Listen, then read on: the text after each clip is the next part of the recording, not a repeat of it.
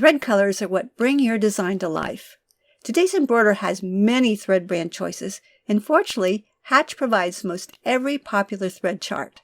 This makes it easy to both convert and create designs with the threads that you stock. To set a thread chart, we can use the Select Thread Chart tool in the Customize toolbox.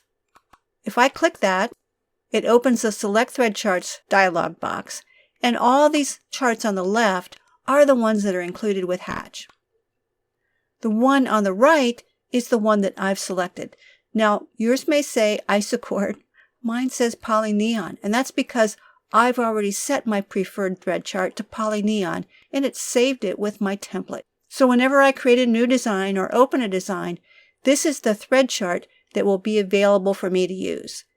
It will not change the threads down here unless I tell it to. So if I no longer want to use Polyneon, I'll select it, and I can either move it back to the other thread chart by clicking this arrow, or I can just double click it. And I can find a new thread brand to put in. And maybe I'll use Sulky. So now Sulky will become my thread chart that is available when I go to pick threads. I can add more.